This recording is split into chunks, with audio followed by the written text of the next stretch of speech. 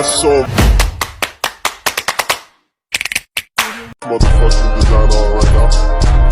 Bring it down, make it clap, make it clap, make it clap, Halo, kami dari kelompok 1 yang beranggotakan yang pertama Ardi S. Pratama, yang kedua Bahtiar Girsang, yang ketiga Fauzia Pasaribu, yang keempat Lasma Ivana Maria, dan yang kelima Marlina. Pada video kali ini kami akan memaparkan mengenai teori belajar dan motivasi belajar pada mata kuliah pemahaman tentang peserta didik dan pembelajarannya. Belajar adalah aktivitas penting dalam kehidupan kita. Nah, menurut buku Yates tahun 1984, belajar adalah suatu proses di mana individu tersebut berubah perilakunya sebagai akibat dari adanya pengalaman. Nah, belajar itu penting dalam kehidupan kita. Salah satu teori belajar itu adalah namanya teori behaviorisme. Teori behaviorisme itu belajar yang terjadi melalui respon yang dihasilkan secara otomatis oleh stimulus kita. Nah, jadi ada proses, ada hasil. Nah, jadi dari rangsangan, diberikan rangsangan peserta didik itu. Nah, munculnya perilaku ini itu akan semakin kuat bila diberi reward dan akan semakin menghilang jika dia diberikan hukuman. Jadi teori behaviorisme itu merupakan belajar adalah proses pembentukan di mana siswa atau peserta didik dibawa untuk mencapai target tertentu. Nah, jadi guru itu atau pengajar itu hanya membentuk peserta didiknya sehingga peserta didik itu tidak bisa untuk berimajinasi atau kurangnya berimajinasi dalam melakukan pembelajaran. Itulah kelemahan dari teori behaviorisme. Selanjutnya, teori belajar kognitif. Pembelajaran yang lebih menekankan pada pengetahuan dan pengalaman yang dimiliki peserta didik.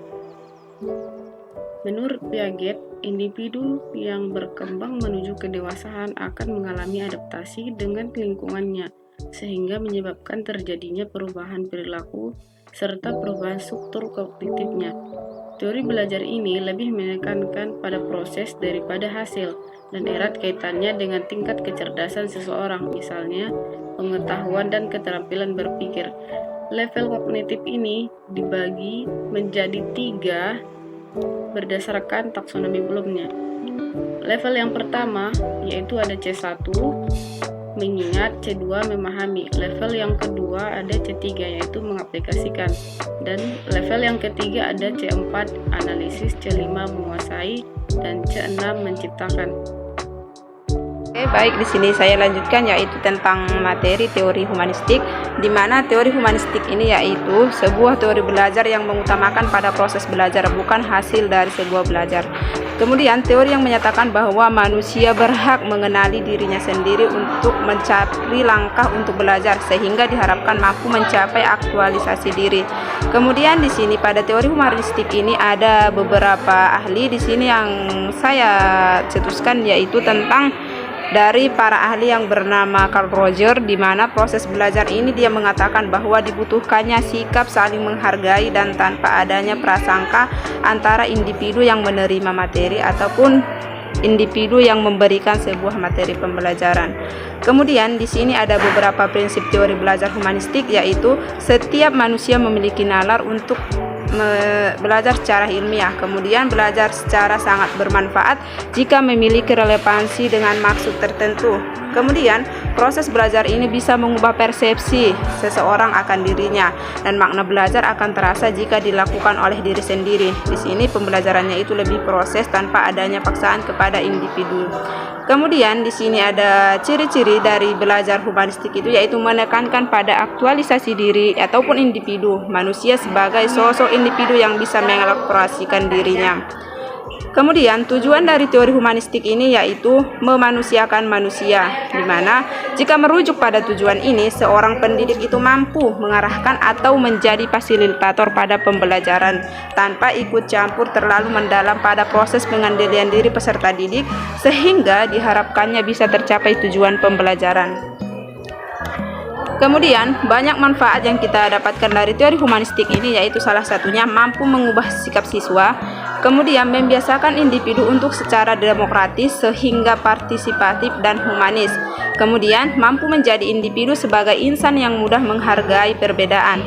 Di sini banyak perbedaan-perbedaan dalam pembelajaran. Jadi dengan adanya teori humanistik ini yang mempunyai tujuan yaitu memanusiakan manusia, di sini proses pembelajarannya peserta didik lebih menghargai atau lebih sopan santun terhadap gurunya, karena di sini yang kita cetuskan itu yaitu tentang sikap kepada peserta didik. Kemudian di sini dari teori humanistik ini yaitu mampu meningkatkan keinginan belajar individu dengan adanya pengalaman-pengalaman yang diceritakan oleh seorang pendidik kepada peserta didiknya mampu menjadi motivator kepada peserta didik sehingga keinginan untuk belajar tersebut semakin meningkat. Selanjutnya banyak penerapan humanistik pada pembelajaran, yaitu salah satunya memberikan reward kepada peserta didik yang telah berhasil melakukan suatu hal. Dengan memberikan reward kepada siswa dengan pembelajaran humanistik ini, siswa akan menjadi lebih semangat karena dengan adanya reward tersebut. Kemudian menghindari memberikan tekanan pada lingkungan, di mana siswa tidak bisa ditekan atau siswa tidak boleh dipaksa untuk melakukan sesuatu, karena pembelajaran humanistik ini yaitu untuk memanusiakan manusia. Kemudian berikan kesempatan kepada peserta didik untuk mengembangkan kemampuannya. Jadi di sini kita tidak boleh memaksa seorang siswa yang tidak mempunyai kemampuan di bidang tertentu, kita tidak memaksakan. Karena seorang siswa itu mempunyai kemampuan dan siswa yang lain bisa memiliki kemampuan yang berbeda dengan setiap peserta didik. Kemudian pendidik harus memfasilitasi, di mana di sini seorang pendidik itu menjadi fasilitator pada pembelajaran humanistik, di mana peserta didiknya dengan memberikan sumber belajar yang sangat mendukung. Banyak kelebihan ataupun banyak kekurangan dari pembelajaran humanistik ini, di mana kelebihannya yaitu meningkatkan membentuk karakter. Jadi pembelajaran humanistik ini yang terutama untuk peserta didik itu yaitu menekankan pada karakter kesiswaan, pada karakter peserta didik. Kemudian dari humanistik ini dapat meningkatkan minat belajar siswa dan menjadikan seorang memiliki pengalaman berarti. Kemudian dengan pembelajaran ini seorang siswa lebih kreativitas, yaitu menumbuhkan kreativitas kepada peserta didik dan mengubah sikap dan pola pikir. Dan kekurangan dari pembelajaran humanistik ini yaitu salah satunya yaitu proses belajar bisa gagal apabila tidak sungguh-sungguh. Apabila seorang peserta didik tidak fokus ataupun tidak terlalu minat dengan proses pembelajaran yang dilakukan, maka seorang siswa sangat bisa mundur ataupun kurang termotivasi. Kemudian bisa muncul sikap individualisme. Kemudian peran pendidik terbatas, di mana karena ini adalah proses pembelajaran dan tidak terfokus pada hasil belajar, jadi seorang pendidik itu lebih fokus ataupun lebih terdeteksi bahwa seorang peserta didik itu akan menjadi individualis karena lebih menghargai.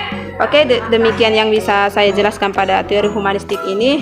Baik, di sini kita lanjutkan yaitu tentang pembelajaran sibernetik. Di mana pembelajaran sibernetik ini adalah teori sistem pengontrol yang didasarkan antara sistem dan lingkungan serta antar sistem. Di mana pembelajaran ini yaitu terfokus kepada lingkungannya, sementara humanitas itu terfokus kepada proses pembelajarannya. Kemudian pembelajaran sibernetik ini ada dua sistem informasi, di mana yang pertama yaitu heuristik dan yang kedua adalah algoritmik. Di mana heuristik ini adalah yang didasarkan pada seni dan ilmu pengetahuan yang berhubungan dengan penemuannya. Kemudian algoritmik adalah cara untuk mendapatkan solusi melalui langkah logik yang disusun secara sistematis sehingga proses pengetahuan mampu lebih efisien. Oke, demikian dari penjelasan teori pembelajaran sibernetik dan akan dilanjutkan oleh pemateri selanjutnya. Konstruktivistik. Teori ini percaya bahwa siswa mampu mencari sendiri masalah, menyusun sendiri pengetahuannya melalui kemampuan berpikir dan tantangan yang dihadapinya, menyelesaikan dan membuat konsep mengenai keseluruhan pengalaman realistik dan teori dalam satu pengetahuan yang utuh. Karakteristik konstruktivisme menurut Driver dan Bell. Yang pertama, bisa kita lihat peserta didik tidak dipandang sebagai sesuatu yang pasti pasif, melainkan memiliki tujuan. Yang kedua, pengetahuan bukan sesuatu yang datang dari luar, melainkan dikonstruksi secara personal. Yang ketiga, pembelajaran bukanlah transmisi pengetahuan. Yang terakhir, kurikulum bukanlah sekedar dipelajari, melainkan seperangkat pembelajar materi dan sumber. Saya akan menjelaskan mengenai motivasi belajar. Adapun pengertian dari motivasi belajar yaitu berasal dari kata Latin mover yang memiliki arti menggerakkan. Yang kedua, menurut Weiner pada tahun 1990, motivasi adalah kondisi internal yang membangkitkan seseorang untuk bertindak, mendorong seseorang untuk mencapai tujuan tertentu, dan membuat individu tersebut untuk tetap tertarik dalam kegiatan tertentu. Dan menurut Uno pada 2007, motivasi dapat diartikan sebagai dorongan internal dan eksternal dalam diri seseorang yang diindikasikan dengan adanya hasrat dan minat, dorongan dan kebutuhan, harapan dan cita-cita, penghargaan, dan penghormatan. Selanjutnya, adapun jenis-jenis dari motivasi belajar terbagi menjadi 3, yaitu yang pertama ekstrinsik, yang kedua intrinsik, yang ketiga pendorong. Ekstrinsik merupakan belajar karena motivasi eksternal seperti hadiah atau tekanan orang lain. Sedangkan intrinsik merupakan belajar karena motivasi internal seperti kesenangan atau pemenuhan rasa ingin tahu. Yang ketiga adalah pendorong yang merupakan belajar karena perasaan atau keinginan pribadi.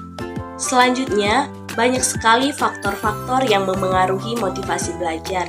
Di antaranya yaitu secara internal dan eksternal. Faktor internal yang memengaruhi motivasi belajar yaitu yang pertama rasa percaya diri, yang kedua prioritas pada pendidikan, yang ketiga rasa ingin tahu.